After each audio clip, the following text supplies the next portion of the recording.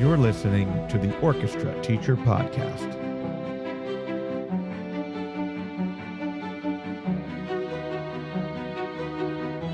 Welcome to the Orchestra Teacher Podcast. This is Dr. Charles Laux coming at you, and I have a different environment. This is my newly finished basement studio, and I wanted to show you a little bit about what I've done. It's been quite a long time. I started this project in 2021, and then I took a break. I basically took all of 2022 off, and then I said, okay, new year, 2023, I am going to start this and definitely want to get this thing done. So I have my studio. I'm going to show you where this has come from and what I did. I did it all myself. I am not a handy person. I did learn through YouTube University, as many of you know is a great resource. So I'm going to go ahead and show you guys what I did. But basically, when I moved into this house, the basement is unfinished, and most of it still is. But I had a dream of having my own studio where I could record, do podcasts, make videos, and play and practice and teach lessons and do all those things that I enjoy doing. So I'm done. And so I'm going to show you my construction today, and I'm also going to walk you through all the steps that I did. And then I will take my iPhone here and give you kind of a live look, but I'm really excited about it. It's been a lot of work, a lot of learning, and I did all the work myself, with the exception of adding one circuit on my circuit board. I did all the electrical work myself. I just did not feel comfortable adding a circuit and opening that box up and messing with that. So I had some friends who know what they're doing help with that. But besides that, I did run my electrical. And so I want to show you all this stuff. Let me pull up my screen here. Going to pull up my main display. There we are. This is orchestrateacher.net. As you can see, I haven't done a blog post or anything since November. I took the holidays off, and it's been busy. You all know what it's like with LGPE or your festival or whatever you call it in your state. I had that second week of February, very early. So it was crunch time, doing a lot of clinics, helping a lot of other people, doing some mock judging, and all kinds of different things during this festival time. And then we had our wonderful ASTA conference just this past week. What a pleasure it was to just see people and visit with them and talk. And a few of my colleagues, get to know them a little bit better. Had a blast at ASTA in Orlando, and just super excited about some of the developments that I made there. Graciously sponsored by Hal Leonard. I was working at the booth a little bit, but really, really excited about what's coming up this spring and in the future. So a lot of guests to have on the podcast, and a lot of really cool information coming up for you guys. So let me switch over to my Photos app, and then I will show you, kind of walk through some of the photos that we're doing. So this was my basement when I first started. My house is on a hill, so it's partially concrete poured and partially studded. And as you go down the hill, the concrete pour gets to be smaller and there's more studs. And all my studs are 12 inches on center, which is kind of different, but I think required for the third story of a two-story house with the basement. So when I got here, this is what a lot of it looked like. The foam was ripped, and there's really no insulation besides that foam that holds the house together, but lots of rips, lots of tears, a big mess. So I sealed everything up, made sure it was, airtight, did a lot of caulking. My ceiling is unfinished. I did add those can lights in there, and I have all this ductwork. So one of the big things I did is I insulated the whole basement, not just my studio. The insulation I use is called rock wool. Rock wool is mineral wool. It's made by basically heating up and putting air through molten rock, and it creates this really cool product. It's fire safe, very sound absorbent, and really, really good R value for what it is. It's a little more expensive than fiberglass, but it doesn't give you all itchy. It's not as dangerous to work with. And really, for what I was looking for, which was sound, it was great. So I did that in the ceiling. In my studio area, starting my studio, I double insulated the ceiling. So I put 2 layers. I put a layer against the ceiling, an air gap, and another layer against my new drywall ceiling. So my basement, when I first started, had concrete walls, and I wanted to make sure those were insulated. So I put that foam on there. It's an R5. I used some glue some adhesive to put that on, and I did that all around. And then I needed to be able to put drywall up on that, and I didn't want to just stick drywall on there because of moisture and all that. So I built a wall, and my neighbor suggested I use steel studs, which were a dream to work with. You put up a bottom track, you put up a top track, and you start putting those studs up. You can screw them in one by one, clamp them down, and so I did that. I made a partition wall because on the other side of my studio is a workshop area, and so I wanted to make sure that I had that separated. So I built a wall and lasered it up, and there's the start of the wall between my workshop area, which is still a mess like that, and my studio. One of the problems I had were these 2 big lines that ran through the middle of my studio. The one on the left is a main plumbing drain, and then the other one is an AC duct. And so I had to get rid of those, and so I rerouted them, um, and I had to do the task of cutting my main drain line, which was very scary in itself, but I was able to do it, and a little messy. You can see that there's some feces and all kinds of stuff going on there. So it was a kind of a gross job and very scary because had I screwed it up, I would have probably had to just call somebody. I took down the register and rerouted them along the side of the wall. I had to do a little algebra calculation actually. The 45 that I added right here required me to do some algebra to figure out the length of the pipe, and so I could cut it exactly to make it work. But I rerouted it, and everything flows great, no problems, no backups, perfect.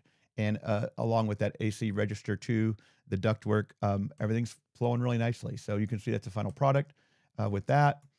And just had to get handy. And so I did a lot of research, make sure that I wasn't screwing anything up, and making notes of everything. But I did put in that lighting. I didn't put the electrical in. I put the electrical outlets in, and that steel studded wall there. It has the insulation in it. I also built a soffit around that plumbing, and so and then I built another wall and a little closet to hide the main drain line, which I kind of insulated to keep the noise down, and also my main water line comes in through the basement right there too.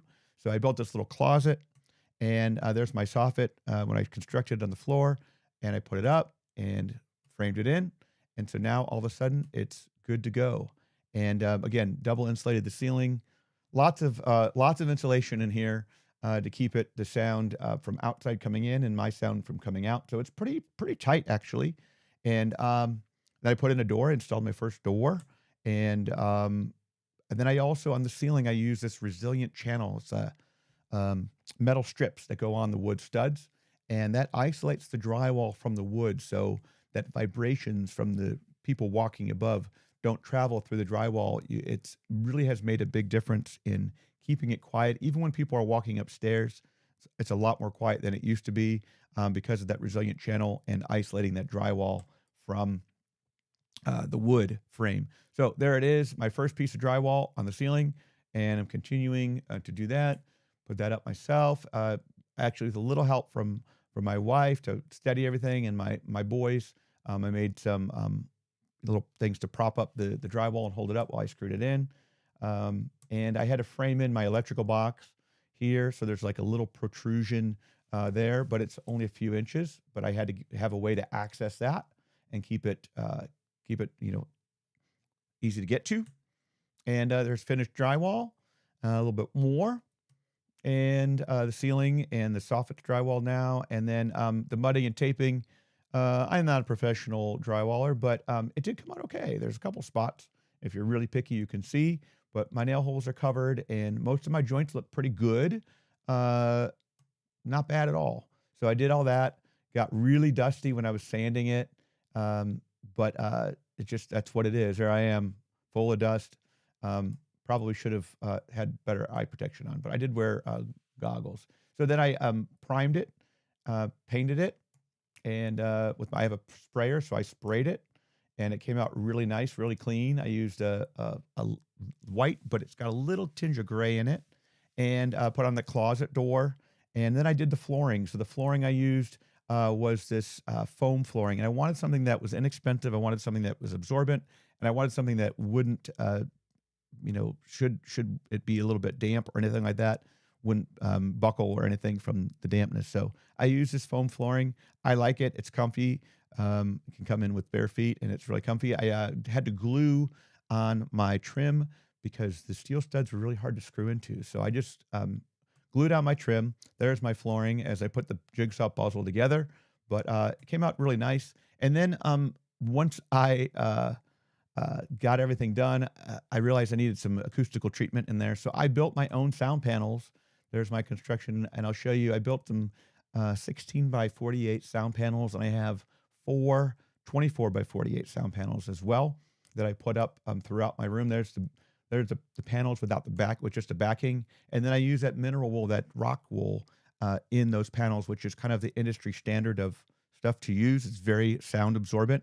Covered it in a nice gray, thick fabric that's, acoustically transparent, but looks nice and is kind of rugged. So those are my panels. And then I bought the foam squares. I know that foam squares are not the greatest for sound absorption, but I was looking for a studio look, and that's what I went for. You can see that I hung up my instruments, which is really cool. Now I can access my guitars and my violin, viola, cello real fast. And I got my Beatles posters up there. Mr. Paul McCartney, my hero. And there's my rig with my microphones, and I'm using it right now. And I put a couple sound panels on the ceiling too. I made those black. So those are the 24 by 48 sound panels. Again, just a wood frame, and I'm happy to share my plans for those. I've learned a lot, did a lot of research on making those sound panels, but they make a huge, huge, huge difference.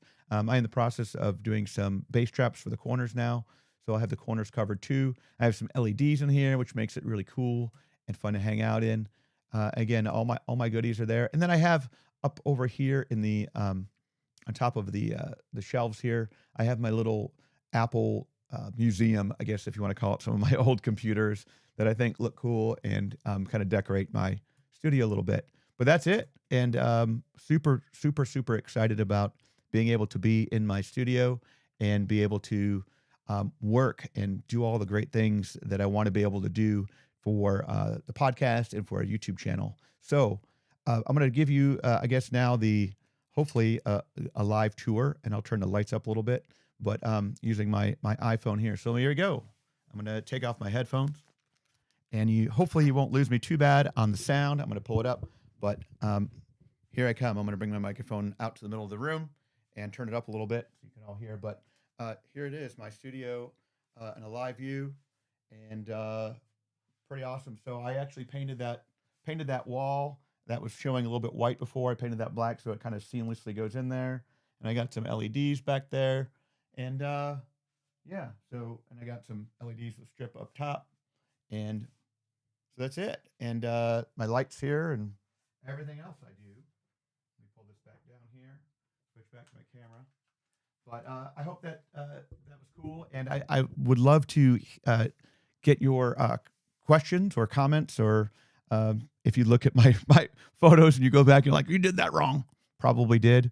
But I did try to make sure that everything was as up to code as I could get it and as safe as possible. And it was a lot of fun to be able to do. And again, my dream studio. So a lot of great things coming on the podcast and the YouTube channel. So stay tuned. A lot of great guests that we're going to have, and a lot of content that I have great ideas for that I'm going to try to share with you all. So thanks again for being here. Hopefully we will see you next time on the Orchestra Teacher Podcast.